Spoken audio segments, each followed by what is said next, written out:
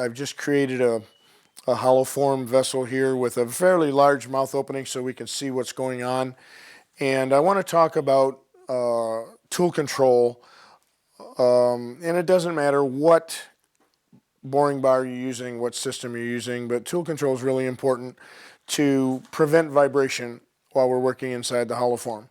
Okay, so the first thing is really having a sharp tool. We need to have a very sharp tool, so have a fresh new burr on your cutter, or be using the Hunter nanograin carbide is always going to be that razor sharp. So you want to be starting with a sharp tool. The second is taking light cuts. What we're going to do is we're going to go into a shoulder where we're inside the vessel. We're going to go across the bottom of the vessel into a shoulder, and we're going to make a cut that's going to be relatively small. I want to make the cut happen only at the tip, and we're only going to use maybe 1/8 of an inch of the tip. And then I'm going to advance it into the shoulder again and make another cut 1/8 of an inch. So we're only using just the tip. The thing that's going to cause some vibration is if I wrap a shaving all the way around by pushing towards the headstock. I can wrap a shaving all the way around and make a big shaving come off of there, and that's going to limit how fast I can go. It's going to start to vibrate, and so I have to slow down and take a smaller shaving. So while we're going into the entry hole, I'm just going to come to the left. I'm going to make a little mark on here so you can visually see. I watch the laser, but I want you to be able to see the advancement right here where it's going in the hollow form. So I'm making a cut, and I'm going to advance it just a little bit, make another cut, advance it just a little bit more, make a little cut. See, I'm taking very small increments, and I can do this quick and fast and efficiently without getting vibration. Okay? If I try to plunge into, if I push towards the headstock and plunge in there, then I'm going to wrap around too big of a shaving. Okay?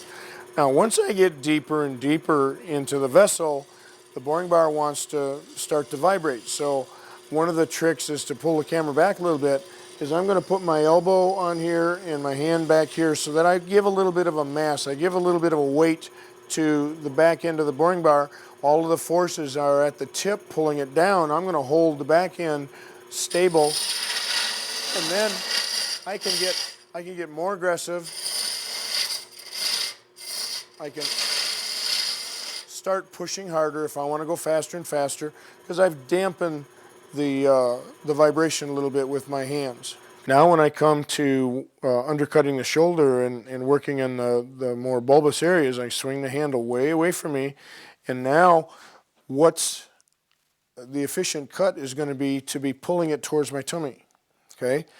When I was down in the bottom of it, I was pulling it right 90 degrees to the lathe. I was pulling it left, pulling the boring bar left. Well, now when I swivel the handle around to undercut the shoulder, what's left now? Left is towards me.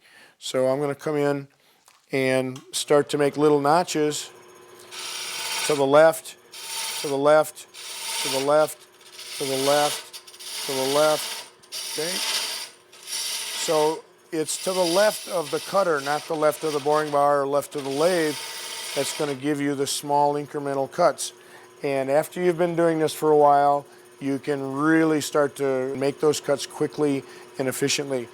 I don't use the teardrop kind of a cutter because it takes too big of a cut.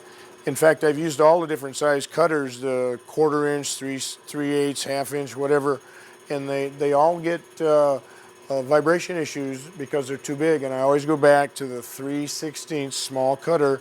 And even in the carbide cutter, I'm using the very small #1 Hunter carbide because of its efficiency and it's taking the right amount of wood away. And I can still do it really fast, but it's not taxing anything. I can go deeper, I can go easier. And there are times when I'm working on this side of the lathe, okay? And when I'm doing a great big hollow form and I've got a lot of work to do, on this side of the lathe, I'm using bigger muscles. I'm using my legs and my arm and my body, and I can make faster, more efficient cuts just zoom, zoom, zoom, okay?